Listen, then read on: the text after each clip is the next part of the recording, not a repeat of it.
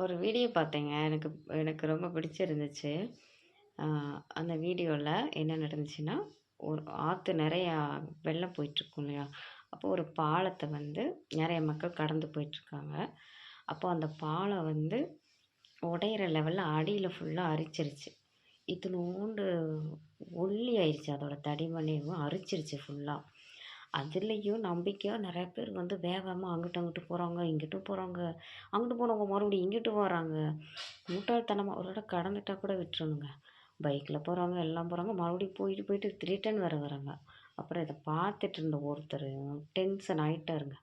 என்னைய மாரி ஒருத்தர். போனாரு. நல்ல ஒரு பெரிய பாறாங்கல்ல அவரால தூக்குற அளவுக்கு இருக்கும் இல்லையா? அந்த அளவு கல்ல எடுத்து டங்கு டங்குன்னு அதில தட்டுனாருங்க. ஒரு ஓரமா நின்னுக்கிட்டு.